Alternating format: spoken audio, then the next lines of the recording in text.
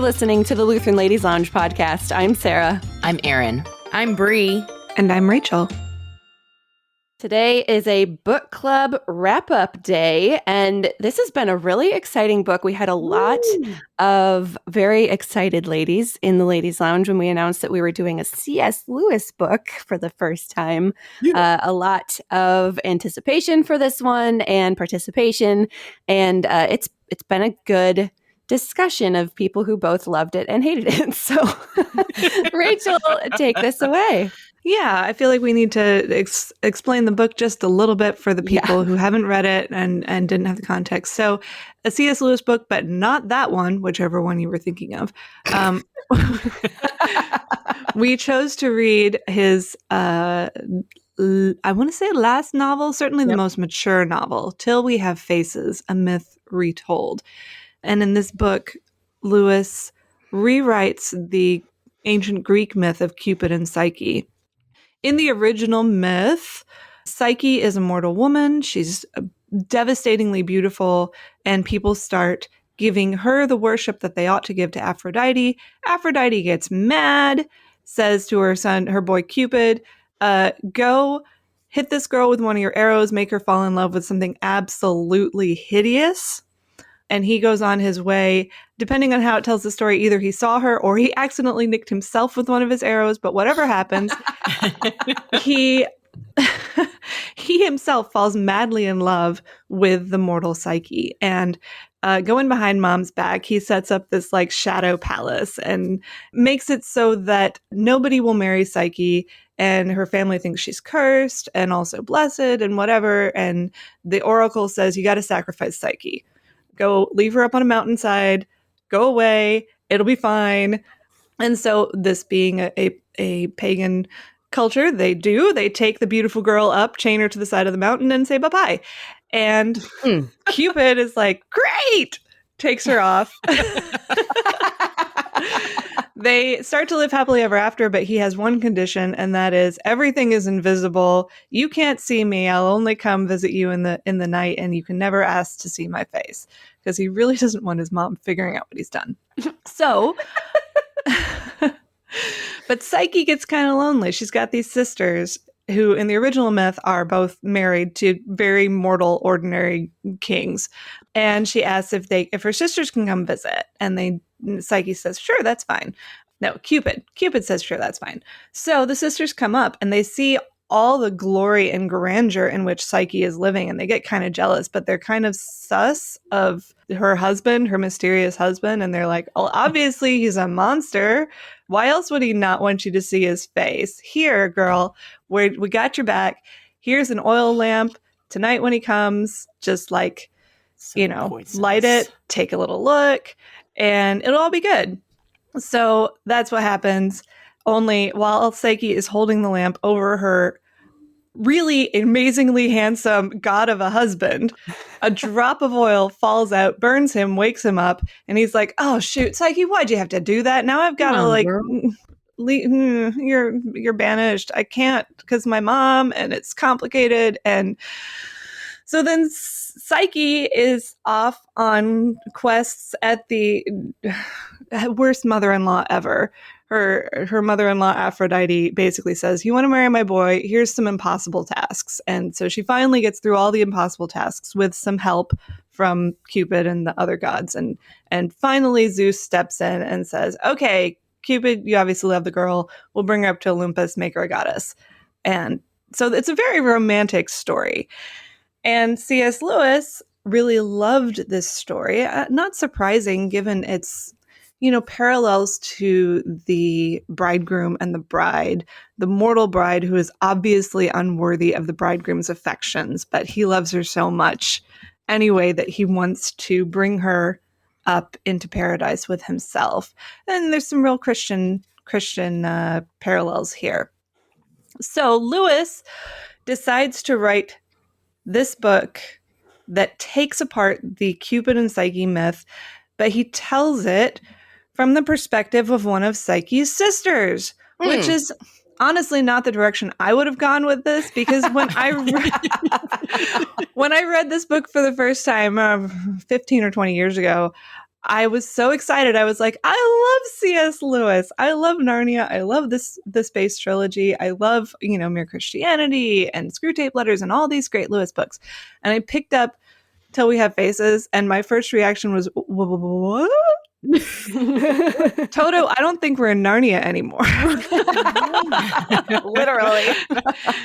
And leave it to C.S. Lewis to take one of the most romantic stories ever devised and pull out like 99% of the romance. So as a young woman, I found that just a little disappointing. But now that I'm an older woman than I was, I really, really, really appreciated this book. And I'm so glad I came back around and read it at this stage in my life. And I'm going to have to do it again, in another 10, 15 years, because I think I'll get even more out of it.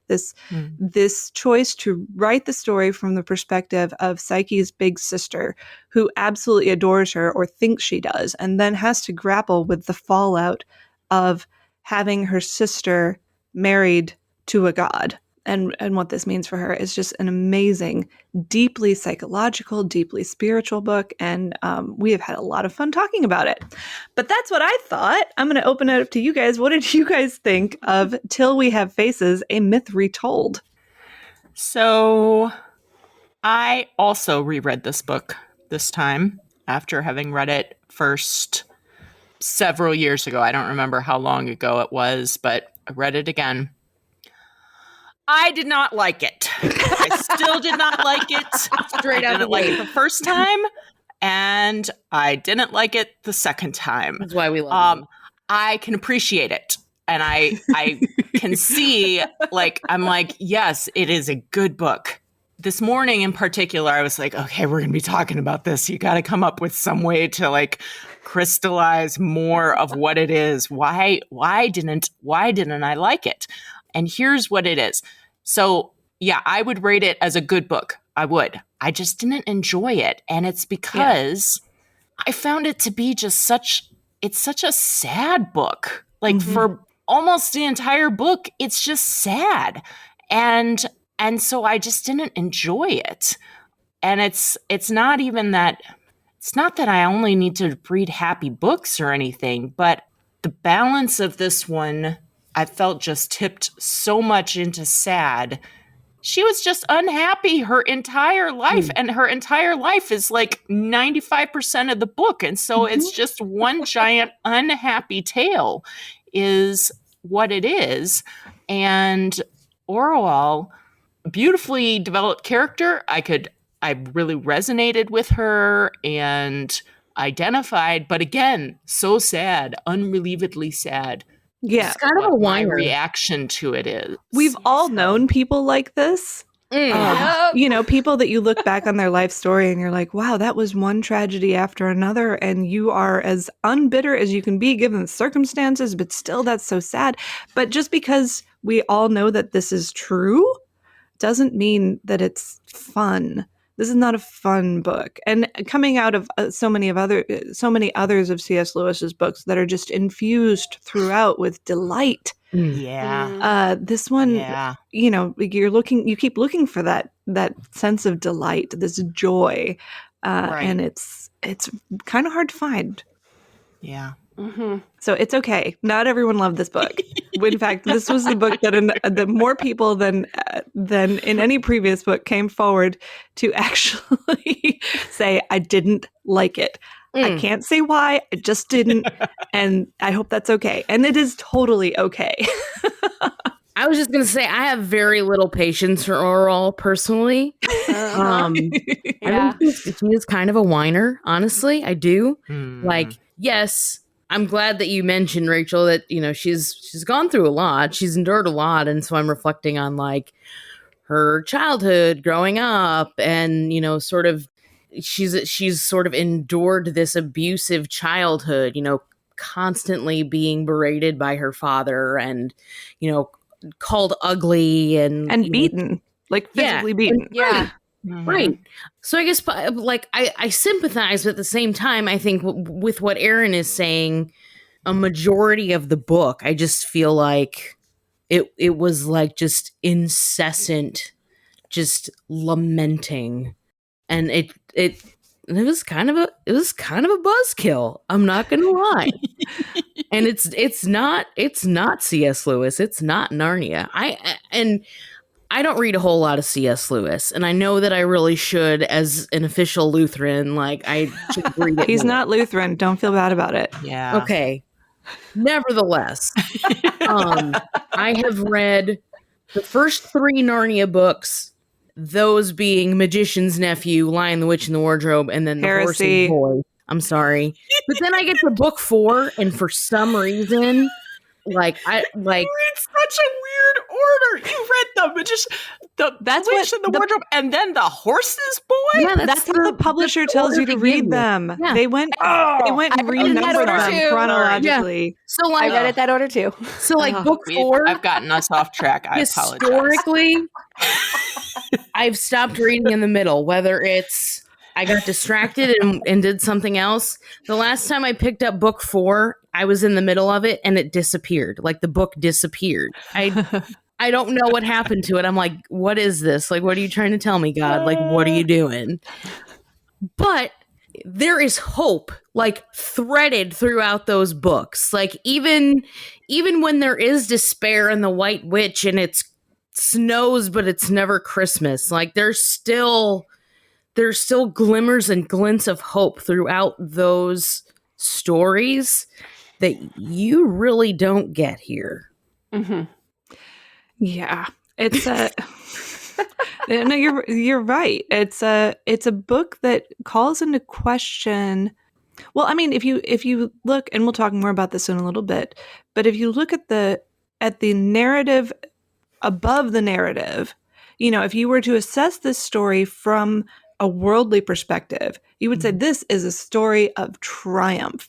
We have this woman who should not be ruling because she's a woman, she's ugly, she doesn't get married, she's, and yet she becomes the best queen this country has ever had. She rises above all of her tragic childhood, the loss of her sister, all of everything that she goes through, and becomes this really, really wonderful queen to her people. And what this book says is, that's worthless because her soul is not at peace, and really calls into question our earthly narratives of what success looks like in a human life. She's got everything. Mm-hmm. She has, transcended all of her struggles and become just this really powerful, wonderful woman. And yet it's not enough. In the end, it's all nothing. Vanity, vanity, all is vanity. Mm-hmm. And yeah, that is a depressing thing for us to realize, because we kind of want to buy into this triumphant, she's a queen and she's a good queen story, but that's not her story. We need to have a retelling of the retelling, and it's got to be like a limited HBO miniseries, like 8 episodes. Much fan fiction. Much. Well, I mean, this is basically fan fiction. Lewis loves the old myth, and he's like, I'm going to write my own version. Just like us. All right, Sarah, you're up.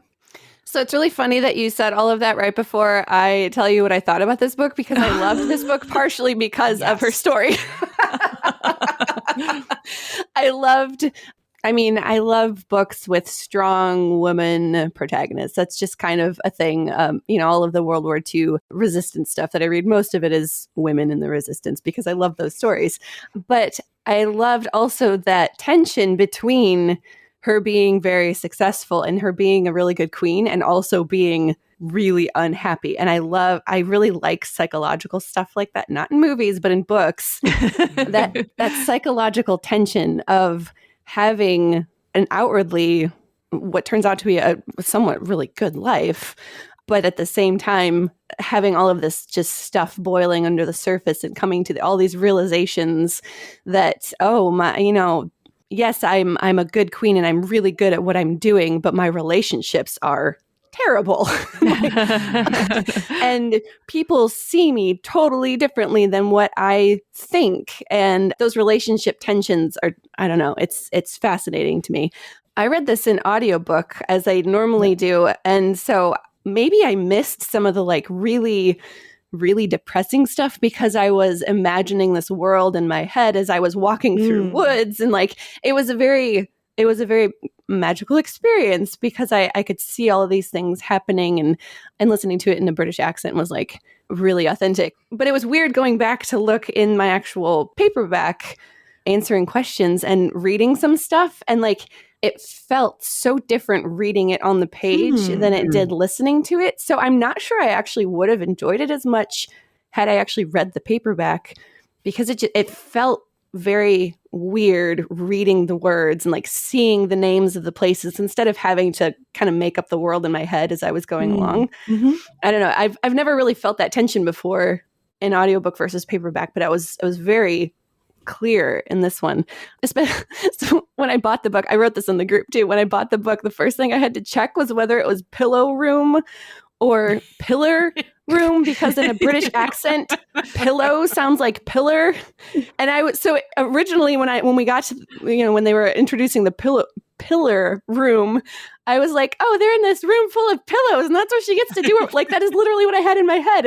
And so when I found out it was actually a pillar room, I was like, oh, that's so much less fun. But okay.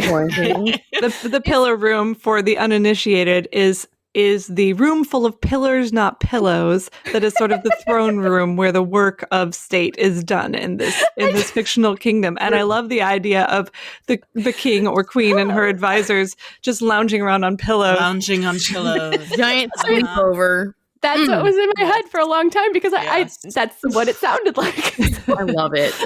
I like that. So all of these things that I probably wouldn't have enjoyed it as much had I been reading it, because I wouldn't have gotten those kind of amusing glimpses of things. And, I had to make up how the names of things I felt more than I saw, if that makes sense. People's names, places names, they all meant something different in my head because I was making up what the story was in my head instead of letting the words kind of do that. I don't know. It was just...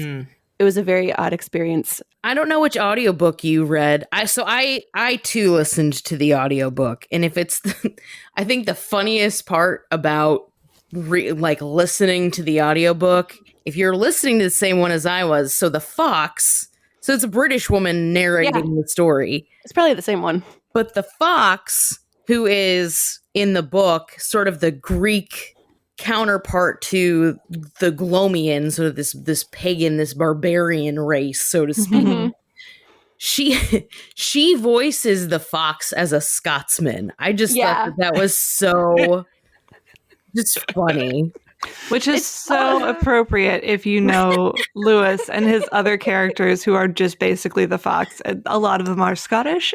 It's just like this is a recurring theme. All of those whimsical things that I think you kind of just miss if you're reading the book, that I think we caught in the audiobook, because then you have these voices. Like, as I was going back and reading through these passages of the books, I was actually hearing what I was reading in the voices that I heard in the audiobook. So 10 years from now, when I reread the book again, I'll do it in audio and get even more out of it. Good. It was weird. Coming into this is a very, I'm also a C.S. Lewis kind of newbie. I think I've also only read the first 3 books of Narnia, and then I had to take a break. And then I need to go back to it now. And apparently maybe I won't even get through the 4th one. I don't know. But I think I didn't really know the myth of Cupid and Psyche. I'm not really a Greek mythology person. And I didn't read it before I read the book. So I had like zero backstory of what I was getting into. So I saw, C.S. Lewis, A Myth Retold. This must be from a Christian point of view. So for the first maybe half of the book, I was like, what am I reading? What, who are these gods? Like, there must be some Christian thing going, but there isn't. Like, it was a weird, very weird disconnect for a long time when I got into, and I loved the beginning of it. I jumped right into it. It was just, I felt really weird reading this, like, pagan god story. Oh yeah, like, Lewis completely commits to the time and place that he chose for this book, and the time and place are in a barbarian past with pagan gods that are seriously, actually, there. So hopefully we'll circle back around to that question in a little while. But I think without further ado, what we normally do in these book club discussions is I ask each of you to choose one question from our online discussion. And I just want to take this moment to say thank you to all the women. We had 90 women come to our online book discussion of Till We Have Faces, and a whole bunch of you brought the insights. Oh my goodness. So we had, I think, 9 questions this time, a bit more than usual, but we had a lot to talk about.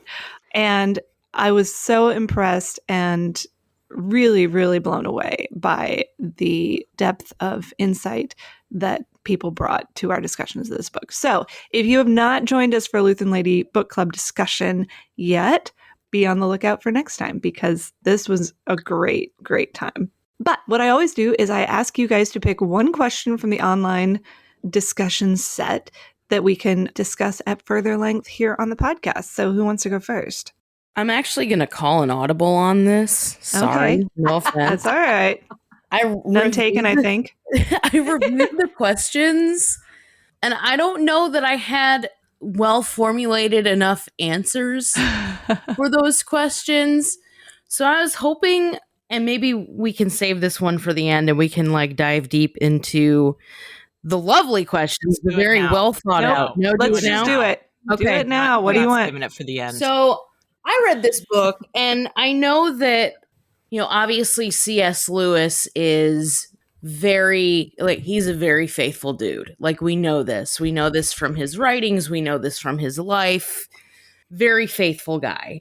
And so I'm wondering if, as he's writing this culture, so to speak, if he's almost, I don't know, exaggerating what it would be like to live in sort of a pagan culture with pagan gods. And because I think the most remarkable thing for me in this story, which is sort of the most significant lesson I think that I have learned, came to me when it was in part 2 of this book, where Orwell finally has the opportunity to complain to the gods, right? Mm-hmm. And it just, there's sort of this theme interweaving through the story about beauty versus ugliness, and how sort of being physically ugly, literally, to the point where you have to keep your face covered, level ugly, oogly. How there is, and I'm going to use a buzzword, how there is actual privilege in being beautiful. Mm-hmm. And so what got me thinking was this quote, and if you will just indulge me, I'm going to read it. This is from Absolutely. Chapter 3 of part 2, where Orwell is appealing to the gods. And she says, "Do you think we mortals will find you gods easier to bear if you're beautiful? I'll tell you that if that's true, we'll find you 1,000 times worse. For then I know what beauty does," speaking as Orwell. "You'll lure and entice. You'll leave us nothing that's worth our keeping or your taking. Those we love best, whoever's most worth loving, those are the very ones you'll pick out. Oh, I can see it happening age after age, and growing worse and worse the more you reveal your beauty. The son turning his back on the mother and the bride on her groom, stolen away by this everlasting calling of the gods, taken where we can't follow. It would be better for us if you were foul and ravening. We'd rather you drank their blood than stole their hearts. We'd rather they were ours and dead than yours and made immortal." This quote stuck out to me, and what it really got me thinking about was the goodness of our God, the goodness of God the Father, the accessibility that we have to him through his son, and beauty versus ugliness. You don't have to be Beyonce level beautiful to receive God's favor, to sort of be his child. And so there are many instances throughout this book where I'm reading these accounts of men interacting with gods, and I'm like, man, I am so glad that we have a God who is so faithful and so happy with his creation, that what he has made is very good, that no matter what you look like, you are still capable of receiving the love that he has for his children, despite what the world might say about how you look, despite the verbal slings and arrows that you might get from family members. I mean, Oral's father was terrible, by the way. Like, he's a dumb jerk. But, like, and a very true to life character from that time and place. Yeah. And so I think overall, it's a beautiful reminder that this is not the God that we serve. And that, and thanks be to him that this is not yet. So the beauty question and that quote, let's put those on the list of things Rachel wanted to ask but didn't have time because we had other things to talk about. I figured. Perfect.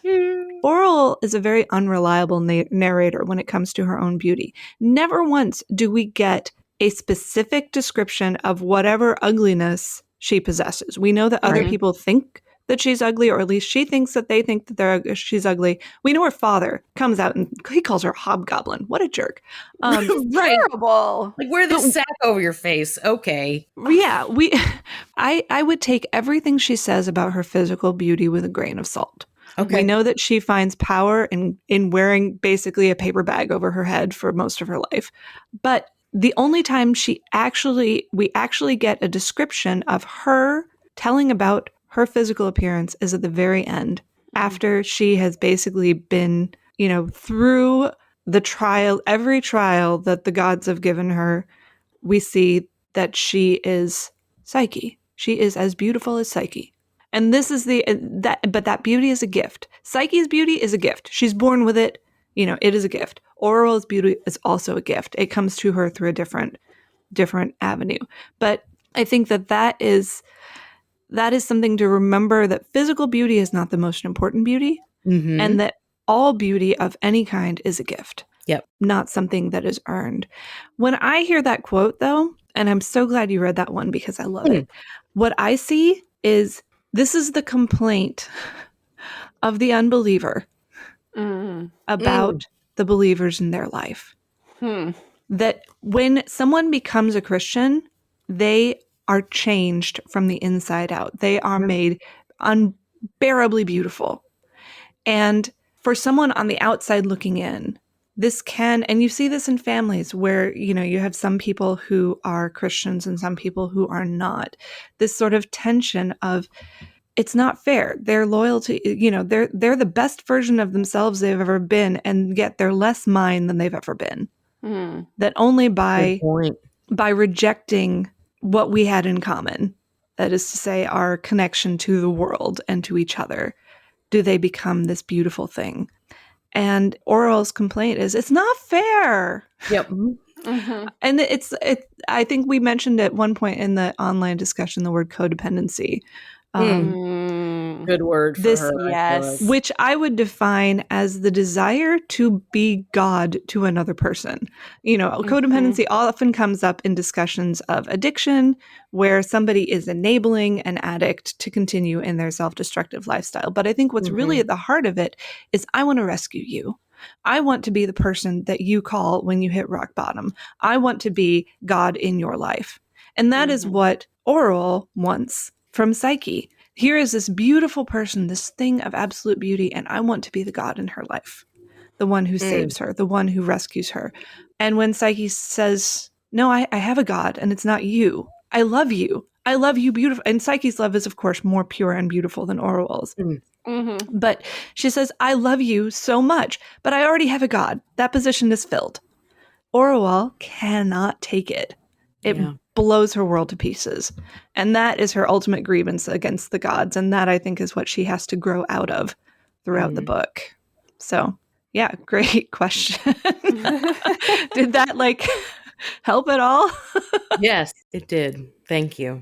Sorry I didn't pick one of the ones that was well crafted. That's okay. I just want to be clear on that. They were lovely questions. I just can't make intelligible answers to them. That's okay. That was on my wish list of things we could have talked about. And now we have, so I'm happy. All right. Anybody else have a question? Well, along those lines, I was looking at both the question number 3 and then the discussion in question number 3. And that's the one where you asked about how does this all work with Christianity? He's talking about pagan stuff. Why is there a pagan setting? What's the great Christian author doing mucking about with false gods? Do we gain anything meaningful from this unexpected shift in perspective? Are there perhaps things those pious old pagans once knew that we've since forgotten? And in particular, in the discussion of that question, you said it's clear that Lewis was haunted by the idea that good-hearted pagans would be damned simply because they lived in a time or place without access to the gospel. And that aspect of the story is actually another thing that I found myself really struggling with as I read it. And that, again, contributed to my general angst about the book. Just because it did, like, it has flavors of like universalism. And like I got that as well in some of the Narnia books, particularly The Last Battle.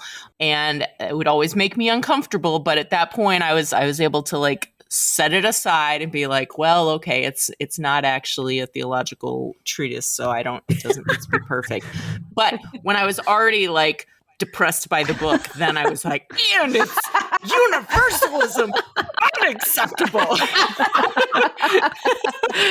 And so, yeah, I did struggle with that because I don't know, I had a hard time reconciling. Again, I see where he's going with it, but I think that's something that I struggle with when, in general, maybe this is just a book preference thing for me, but if there's going to be theology in the book, I like it to be either blatant or absent. If it's going to be subtle, then I want it to be good. If it's subtle and bad, then I'm like, whoa, that is, wow, no. And so that's something, I don't know. I struggle with that. That's okay. You aren't a Lutheran by any chance, are you? Official Lutheran. No, but that's one of the marks of Lutheranism, especially Lutheran Church, Missouri Synod, thought is we like our doctrine pure. Yep. Like if it's going to be there, it better be right. And this book, I'm sorry to say, probably would not pass doctrinal review. I've said it before. C.S. Lewis, not a Lutheran, a very good, very thoughtful, faithful Christian man, but came at all of this from a different perspective than we have. And you're right. Universalism is absolutely one of the things that is happening in this book. And it is, whether you're reading it in The Last Battle or The Great Divorce or, any of his works where it sort of peeks in, he's not committing to it fully. He's just saying, wouldn't it be nice? And that's why I think he does it in fiction rather than in his more overt doctrinal books. Often Christian universalism, where you see it pop up, it's always wrong, but it always comes from a place, in my experience, comes from a good heart. Yes. Someone who really has the heart of Jesus, who wants these people to be saved, even if these people don't really want to be saved themselves. Yep. And it's obviously something that Lewis wrestled with and continued to wrestle with. And that's why I think I called in my discussion, I called this a thought experiment. Can pagan mythology get you close enough? And because he obviously hurt to think about all of this, as we should all. Yep. This is not something that isn't painful to think about people who go to hell. Yeah. Well, and with that, I did find myself, though, for example, this week, one of the Bible readings for my just daily devotional reading was from Leviticus, and it's I know, but it's where they're talking about the Day of Atonement and what they are to do on the Day of Atonement. And they had the whole thing about the scapegoat. And so they bring the goat in and then they send the goat out into the wilderness and they're supposed to just leave it there. They don't see it die. And I was like, oh, yeah, that's similar to what they did here. They didn't actually sacrifice Psyche. they sent her out into the wilderness and assumed that she would be consumed by Azazel. But instead it went a different way. But I was like, oh yeah, there's a scapegoat element of it. And I think Steph Schulte in the group had commented that she remembered a class that she had where a professor was attempting something, but ultimately she came down in her comment with, we are all descendants of believers. And for whatever reason, that idea struck me in a different way than it has before. And the fact that there's these elements, and it just never really clicked in my head, the idea that the reason there's these elements in cultures across the world where you see these tie-ins is because we are all descended from believers. Like, you go back far enough and it is there. And so that the fact that so many cultures in history use sacrifice and it got twisted in a bad way, well, that's our fallen nature there. But it also comes out of the fact that that's the model that God put in place of how he was going to fix things, is sacrifice. And anyway, that I found to be very interesting. You're so right. And that one thing that, when I asked the question, what did these pious old pagans know that we've forgotten? They knew that sin requires sacrifice, and not just any sacrifice. It needs blood. Yeah. It requires blood, and the best blood you've got. Now, in the Hebrew tradition, the Old Testament tradition, God had explicitly said, do not give me people, Abraham and Isaac on the mountain. Here, take a perfect male sheep. And this is what I want from you.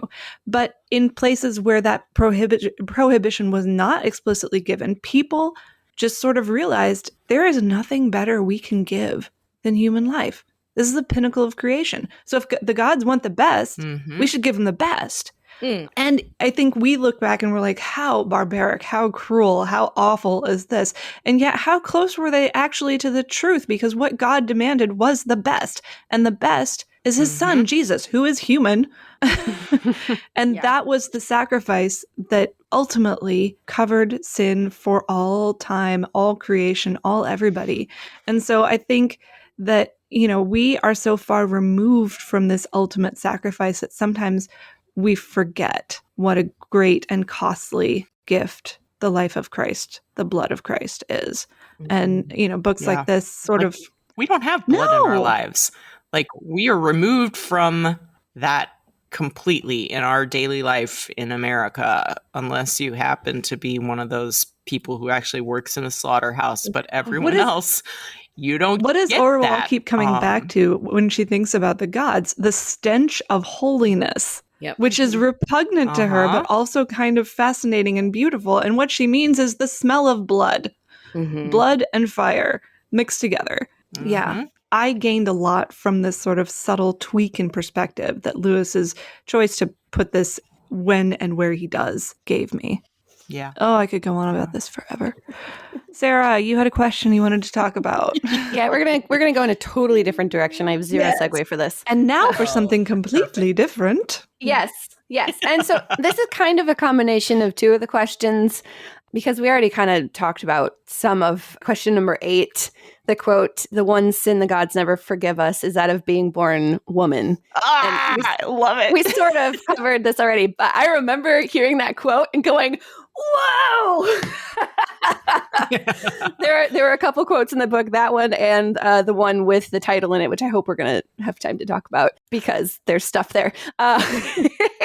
But that quote, this one super struck me. But then reading through, so question number 8 was, why do you think Lewis chose to make Orwell a reigning monarch and retell the Psyche myth from a queen's perspective? What difference does it make to the story and to us that the protagonist is a woman? And then that with question number 4, the one about love. What do you notice and learn about love from this book? How are these lessons perhaps reshaping how you think about love in your own life? So it's very interesting that it's a woman protagonist, especially, in a Greek mythology or this time period or whatever, that a woman protagonist is kind of a weird thing. And I found it really cool to read the story with a woman being successful and a woman reigning, and that Orwell took that position as queen without any hesitation and without any pushback from the people. That there weren't really people saying, oh, you're a woman, you can't lead. The king died, she took over as queen, and they're like, go for it, and she was very successful. She raised people up.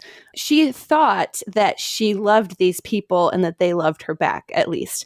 And then the one part of the book that really hit me was when Bardia dies, and she struggles with how to grieve for him because she's not immediate family, but she kind of felt like he was family and thought maybe that he was family to her. But then when she finally is able to meet his widow, she realizes that she was not family at all. She was an employer. And that the relationship of her to Bardia and Bardia to his wife was so different, and that the love of her and Bardia was employer-employee relationship, and that Bardia to his wife was husband and wife, and how different that love was manifested in their lives, and how she had zero idea that she was almost using him to get what she wanted, and that Bardia's wife knew that. She saw it, and she was like, how can you not see this? Like, this is literally your relationship, that he would do anything for you, including not seeing me as his wife, like, ever, because he's constantly with you. And she's just like floored by this. She doesn't know what to do because she thought that it was this mutual respect and love in a relationship. And it was so far from that. That was a really like deep conversation that was really interesting. It really hit me in this way of there's two sides to a relationship, and the other person also has relationships with other people, and those people are going to see your relationship with this person in a way that you may not see at all. It's kind of like this weird dissociative thing of like looking outside at your own relationships. I think that it's interesting that you bring that up, but there are other examples of it in the book too that sort of lead me to suspect that Orwell, not that she doesn't know how to love, but I don't know that she knows how to love appropriately. I feel like if she loves somebody, so we see this with Psyche, we see it with the fox, we see it with Bardia, she will latch on to those people and sort of assume that the feeling is mutual. And then she'll like get really territorial.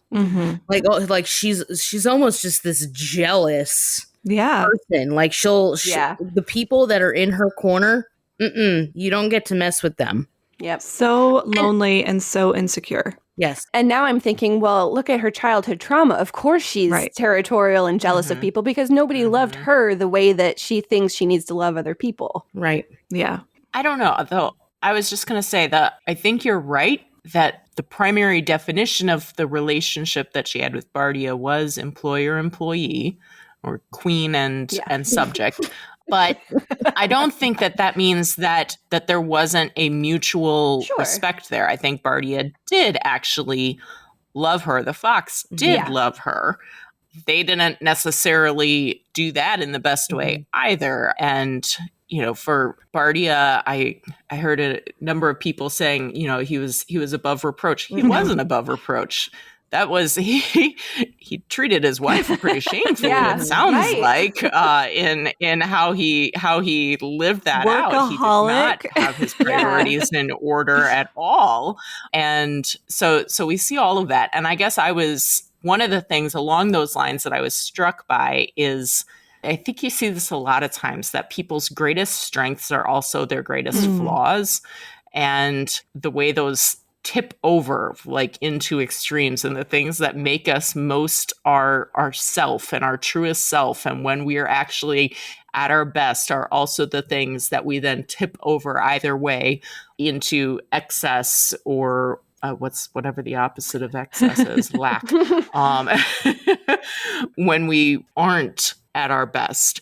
But she's like this amazing, strong character. You're right. And she's a remarkable queen and led her country to great prosperity and provided for them in wonderful ways. But then she's got these terrible habits that are the very same things that are what allowed her to do those things, also have this shadow side of unhealthy aspects. I want to pause just for a minute here and provide a little bit of context. For me, the question, what difference does it make that this is a woman, was a huge one. I've done a lot of homeschool mom research into ancient history, and we talked about this some, privately, but I thought it was something that needed to be brought out. Lewis knew his ancient history and literature. He was not making stuff up here. But the choice to make a woman queen and a woman main character was really revolutionary for him and for the subject matter. This was a time and place where in Athens, where the fox is from, women were only allowed to leave their homes to go to funerals. They didn't get a vote in the Athenian democracy. It was a very repressive culture towards women. We also talked about Egypt, another, contemporary culture with this time, which, we talk now about how Egypt had some reigning queens like Hatshepsut. We've all heard of Hatshepsut. But if you dig into that story, you realize she was never pharaoh in her own right. She only served as regent for her stepson, that he had the authority. Even though I love this about her, she actually strapped on the false beard of the Egyptian pharaohs and wore a beard as... That's amazing. After she died, one reason she was hidden from history for so long was that the Egyptians had the ultimate cancel culture where they would come through and chisel out the names of the monarchs that they didn't want to remember after their death, and she got that treatment. Another one who did was Akhenaten, the heretic pharaoh, which you only found out about, a few decades ago when they started. But they would go through and chisel out the names of people and their inscriptions and everything. So this is the culture that Lewis is writing about, or the time and place. And here we have a queen who is lauded by her people and by her priests as a very good queen. Yeah. Now let's look at Lewis's own life. He was an unmarried gentleman for most of his life and if you look carefully at his writings, you'll see he had a rather complicated relationship with the idea of women. One of his first novels, the beginning of the space trilogy, Out of the Silent Planet, no women at all in that book. And that seems to be where he was kind of most comfortable. And then as he starts to incorporate more female characters, he gets, it's sort of there's a growth curve there. That Hideous Strength, the third book in the space trilogy, and one of my favorite Lewis books of all time, one of the main characters is a seer, a prophetess. Well, she has visions, named Jane Studdock. But at the end of the book, the blessing that is given to her is, you will have no more dreams, have children instead. Oh. What? Yeah. And this is a good thing. And then we've got lines like from The Lion, the Witch, and the Wardrobe, where Father Christmas gives Susan and Lucy a bow and dagger for self-defense only. It says you are not to fight in the war because, quote, battles are ugly when women fight. And yet Orual was like, slaying. Exactly. So to go from this character who is the gift to her is not to have these visions, to a character like Orual who has visions and they are her salvation. To go from Lucy, who is not to fight because battles are ugly when women fight, to Orual, who is engaging in hand-to-hand combat for the deliverance of her people. And is good at it. That is a massive leap. And I think several of our readers pointed out that this book was just about the only novel written after Lewis began his romance, later marriage with Joy Davidman. And that her influence on his perspective on women is obviously palpable here. That is so fascinating. That he is learning and growing. Not that I would say that a warrior queen lady is necessarily the idea for all of us. I think that for many of us, having children instead is a very beautiful and fulfilling way to live a God-honoring life. But I just think it's really interesting to see the evolution of Lewis's perspective on women that is definitely present in this book. Yeah. I love when she picks up a sword and she's like, I'm going to do this and I'm going to be good at it. And there's like no question that she's going to be a rock star at, being a warrior. She finds that in the exercise, she gets some actual mental health relief. Yes. Right? It's so good. Yeah. Oh, yeah. Okay. I was rooting for her. I mean, I know this is the worldly perspective of the book, but I was like, yeah, Orual. You go, girl. Get Yeah. it, girl. I'm yelling at her. Queen boss lady, as someone pointed out. Yes. Okay, Sarah, you had one more thing you wanted to talk about, and I think that even though we're probably running long, we need to talk about it. This is just going to be a long podcast. Sorry, That's okay. guys. Not sorry. It's C.S. Lewis. Definitely not sorry. Yeah. The title of the book. So when we picked this book, I was like, "Till we have faces." What does that even mean? And I remember hearing the quote when I was listening, and then I tried to go back and find it last night, and I could not find it because I remember where I was walking when I heard the quote, but I cannot find it in the book. So I've got it. I got it pulled up, page 335 in the paperback edition. And I'm just going to preface this by saying, I like this quote. I do not like the title. I don't think the title tells what it needs to about this book and what the actual message of this book is. And had I been part of the publishing team that brought this out, I would have pushed back a little bit and said, "Dear Mr. Lewis, could you maybe float a half a dozen other titles that we could consider for this?" But he did. He had a different title originally, and the publisher was like, "We don't like that title," and so he. What was the title? I also was like, "What's up with this?" Thank you for looking this up. The original title was Bareface. Bareface. Okay, that is even worse. And all right, I guess we should was like, they're gonna think it's a Western. And so he was like, okay, and came up with Till We Have Faces instead. So clearly the conversation should have continued, but it wasn't actually the original title. The email would say, we're closer. We're getting there. Let's just maybe have coffee and bring a notepad and hash it all out. But all right, so Till We Have Faces, not a great title, but it could have been so much worse. Thank you, Erin, for looking that up. I did not know that. But here is the quote from which the title comes. It's near the end of Orwell's life. Mm-hmm. She says, "When the time comes to you, at which you will be forced at last to utter the speech which has lain at the center of your soul for years, which you have all that time, idiot-like, been saying over and over, you will not talk about joy of words. I saw well why the gods do not speak to us openly, nor let us answer. Till that word can be dug out of us, why should they hear the babble that we think we mean? How can they meet us face to face till we have faces?" I don't know what that means. Well, I think it's getting That's part of the problem. I think it's getting at the whole element that was actually discussed quite in depth in the book club discussion of the veil, and the fact that she hid behind that for so much of, and it was both a literal, in her case, physical veil, but also like it's the hiding behind the mask. And until you are actually honest, until you see yourself for who you really are, maybe it's the whole concept of the, some of the uses of the law, like to show us our true self. And until you actually see that, you don't really see the need for grace and redemption. Mm-hmm. Yeah, I think it gets into the real heart of confession. We like to think of confession in a religious context as, well, I'm going to tell you everything wrong about myself and everything I did wrong. Mm-hmm. But no, the pure definition of confession is to tell the truth. Mm. Now, in the case of sinful human beings, that truth is going to include the ways in which we are sinful. But to confess is to tell the truth about yourself and about God and about yourself in relation to God.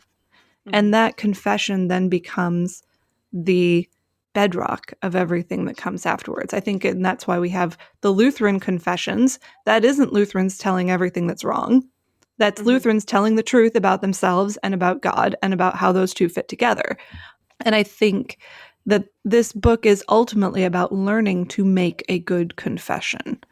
That we talked about in the book club, mirrors and the way they show up in the book. There is a physical mirror that Orwell, towards the beginning of the book, gets rid of, physically removes from her presence because she does not want to see it, to be reminded of what she looks like. And that's an incredibly powerful symbolic gesture. She covers her face with a veil so that no one can see the truth But then she begins to encounter other mirrors. She listens to the stories from the priest of Psyche. She listens to the story of Taryn, the banished eunuch, and she listens to the story of Ansit, Bardia's wife. And each one of those offers a reflection on her own life and actions that she had not seen before or been willing to see. And then she has the ultimate mirror. She decides that she is going to write down everything that has happened to her and explain to the gods why she's so angry at them and why she has a right to be angry at them. Mm-hmm. But then what she finds is that in the writing of her own life story, it is itself a mirror, and one that she can't turn away from because it's part of her.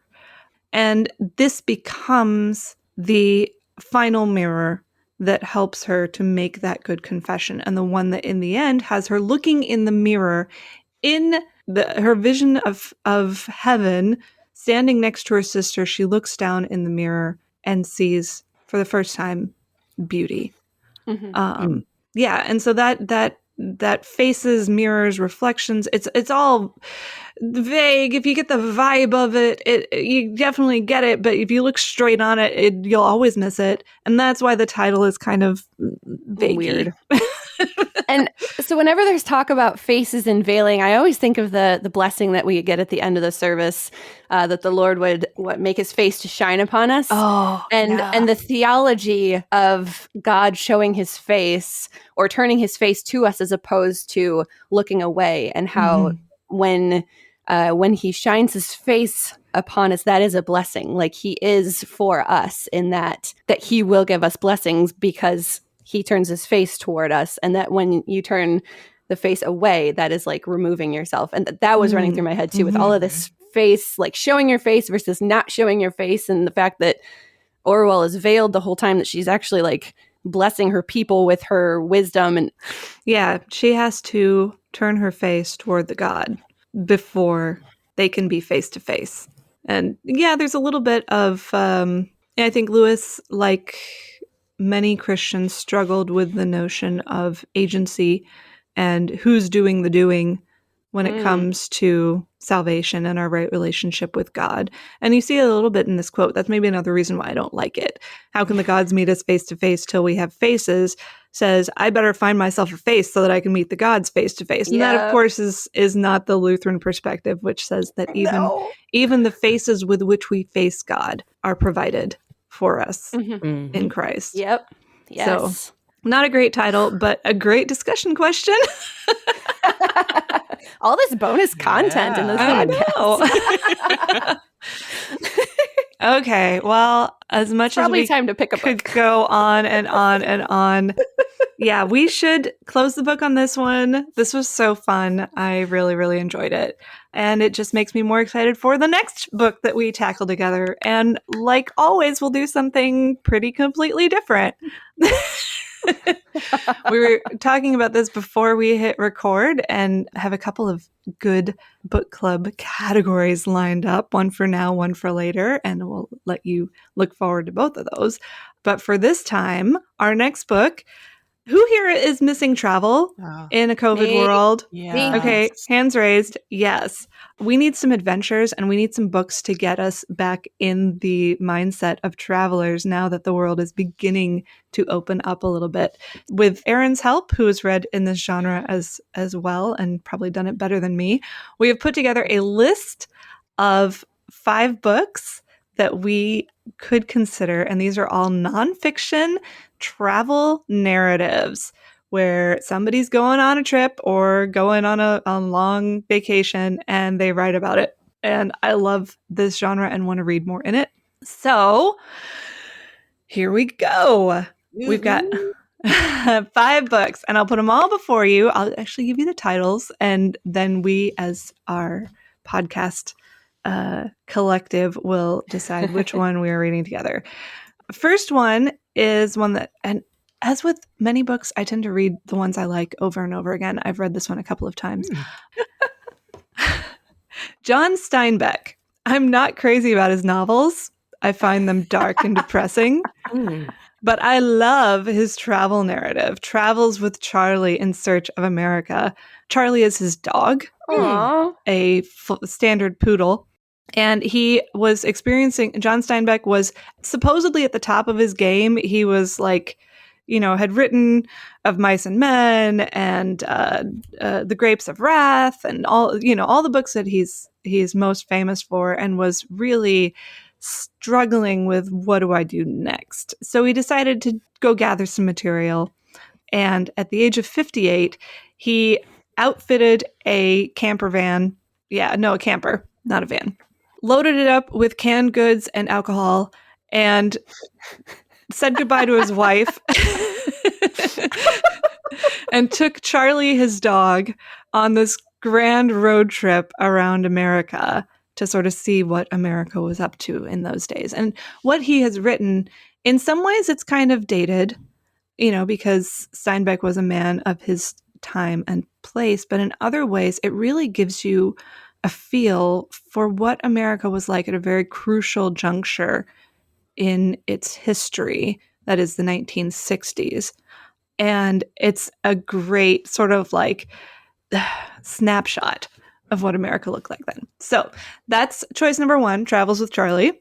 Choice number 2, this one is a recommendation of Erin's, A Year in Provence by Peter Mayle. And your recommendations, Erin, I will ask you to explain. Yeah. Why should we read this book? This is a memoir of a guy, I believe he's British, who moved to Provence in France and moved into this small little town, small little village. I don't think he was even in a full-on town. And just his encounters with this culture that is not his own. And it's hilarious and heartwarming and light and fun. So regardless of whether we do this for book club, I fully encourage you to enjoy the delightful book on your own. Excellent. And while you have the microphone, why don't you also take us through Charles Kuralt's America? Yes, not to be confused with the original Travels with Charlie. This is Charles traveling across America.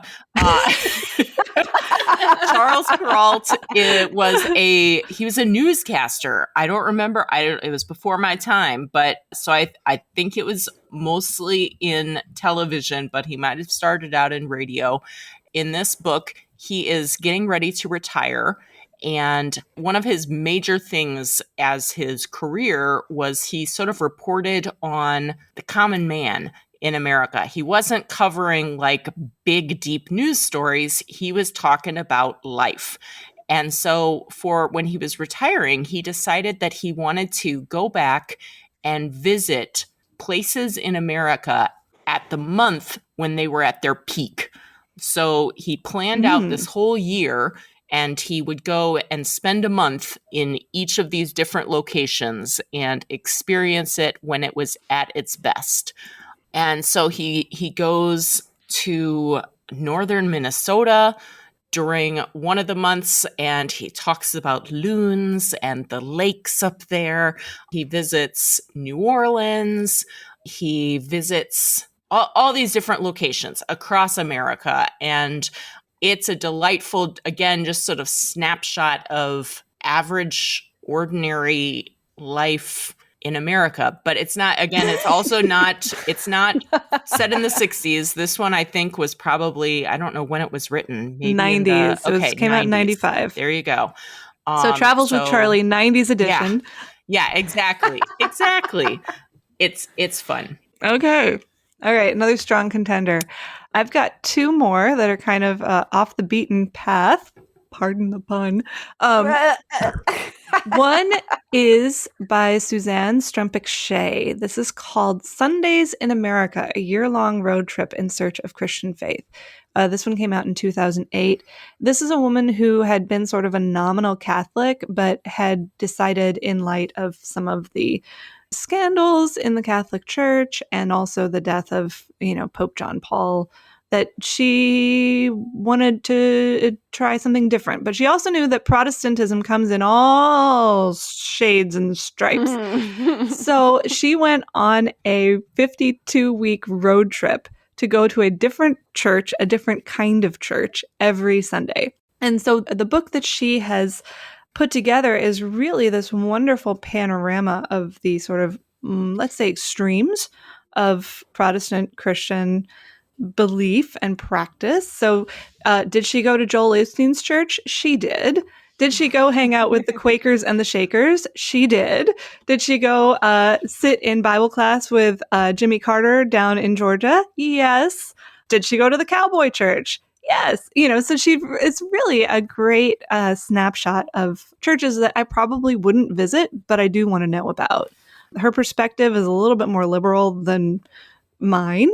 But it is possible to sort that out and really just accept the observations as they are. Really fascinating journey. The final one is completely different. I adore this book. I have read it a couple of times, but I realize it's not for everyone. This one is Tim Severin's book, The Brendan Voyage, Sailing to America in a Leather Boat to Prove the Legend of the Irish Sailor Saints. Sounds amazing. I know.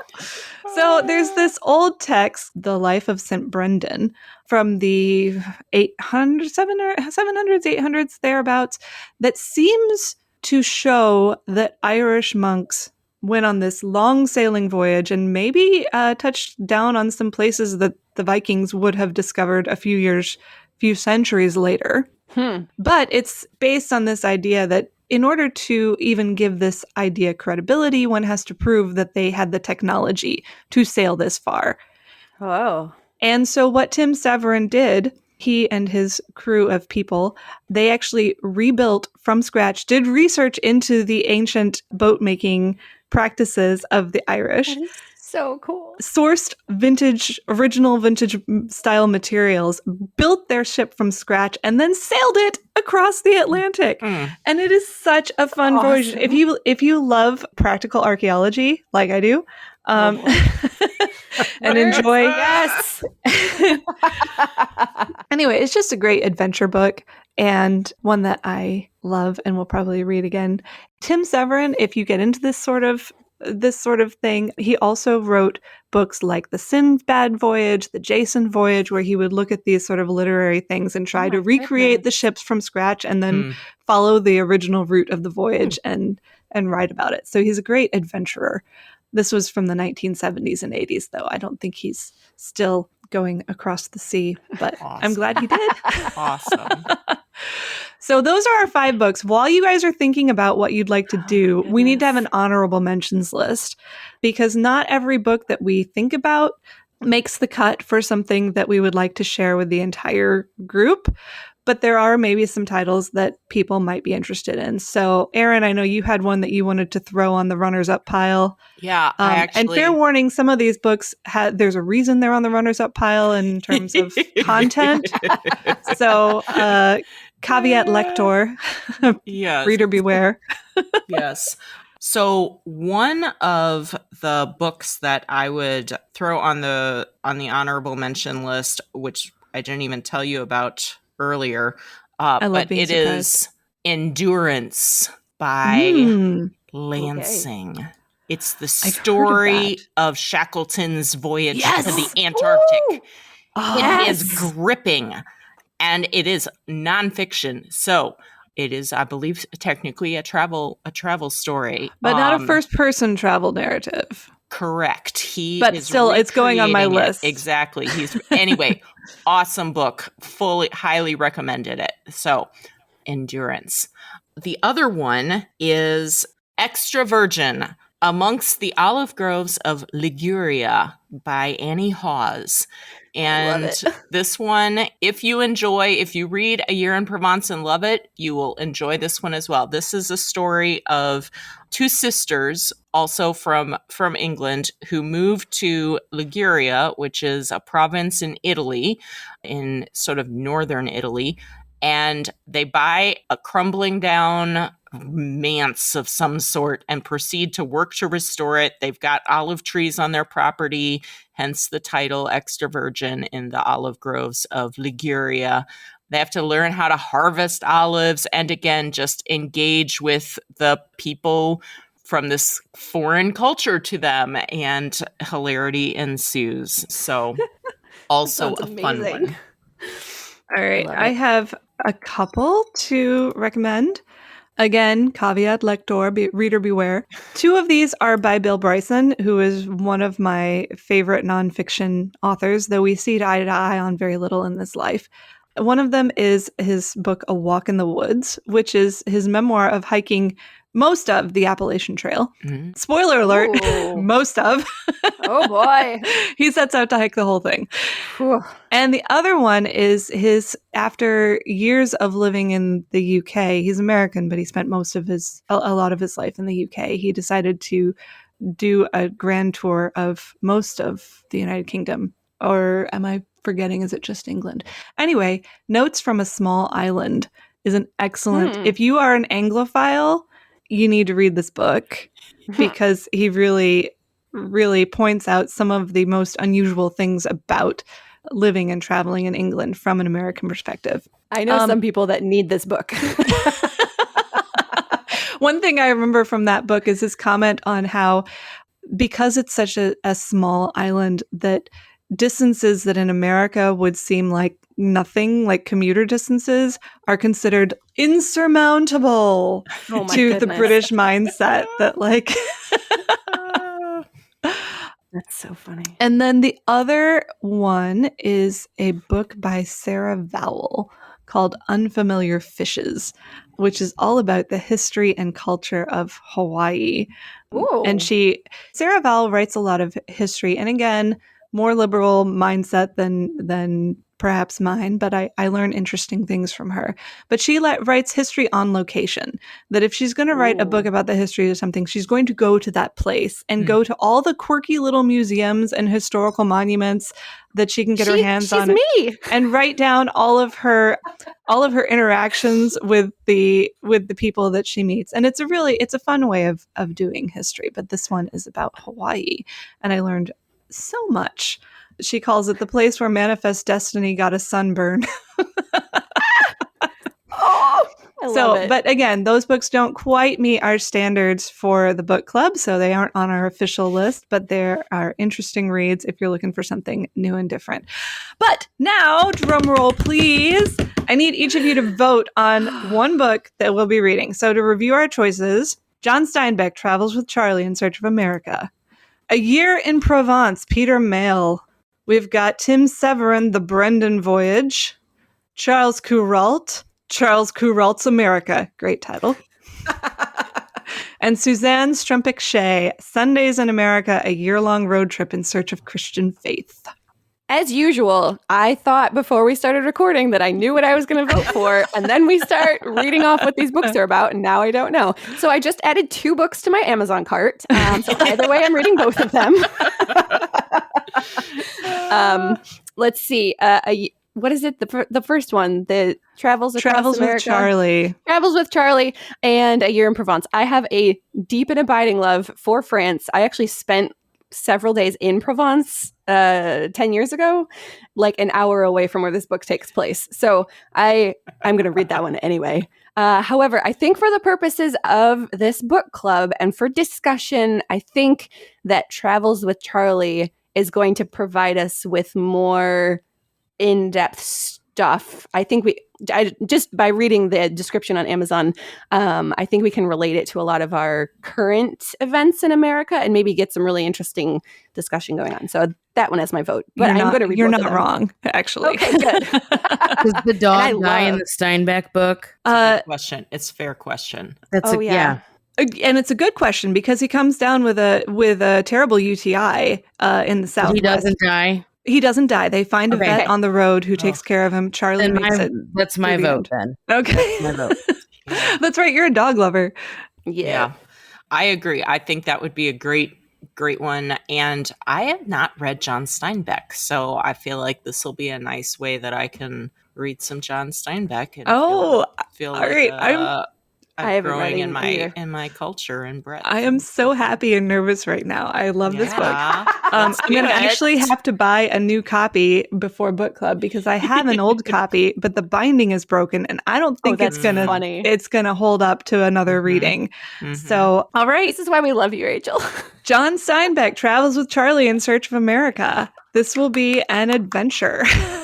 Yes. I'm really excited for it.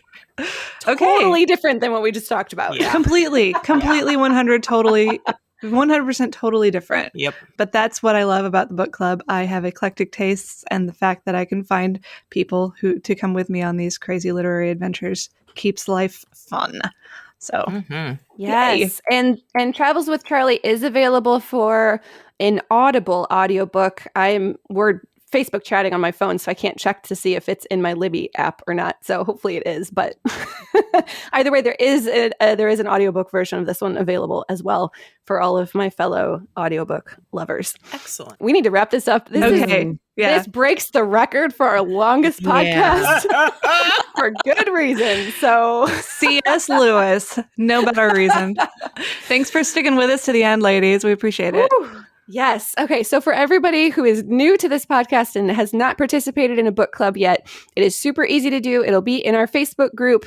Rachel will post the event when the event is going to happen. All you have to do is find that event, click going, and then all of the discussion will happen within that event. There's no Facebook Lives or particular times that you have to be on Facebook. It's a very virtual event, very easygoing. You can join in as you're comfortable. So we like to keep this kind of casual. If you just want to lurk in the background and read what all the other wonderfully intelligent women have to say about the book we're reading, that is totally welcome. You can do that. Yes. But if you just find that event, click going, then you get notifications whenever people post stuff in that group. It's like a subgroup. Exactly. Yes. And I think with this book, we're going to have a lot of interesting opinions. So I'm looking forward to this because this is right up my alley of stuff I like to talk about.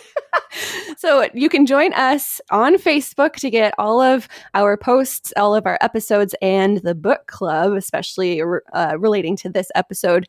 Join us in that group, the Lutheran Ladies Lounge on Facebook. We are also on Instagram. You can find extra Instagram-only content on Instagram. Find us there at Lutheran Ladies Lounge. Also, if you post content that you think we might like, tag us and maybe we'll share it in our story too. You can find all of our podcasts at kfuo.org/Lutheran Ladies Lounge on your favorite podcasting app and on KFUO Radio's new app too for iOS and Android. Yeah. We just launched a new app for both platforms. Super excited. So you can also download the KFUO Radio app and find our podcast there as well. You're listening to the Lutheran Ladies Lounge podcast. I'm Sarah. I'm Erin. I'm Psyche E. And I too am Psyche.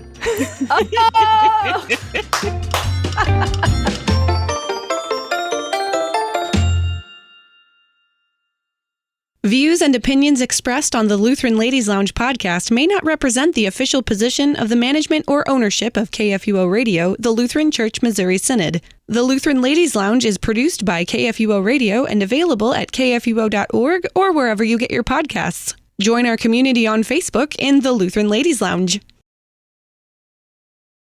We joked about this being a 2-hour podcast, and we're only 35 minutes short of that. So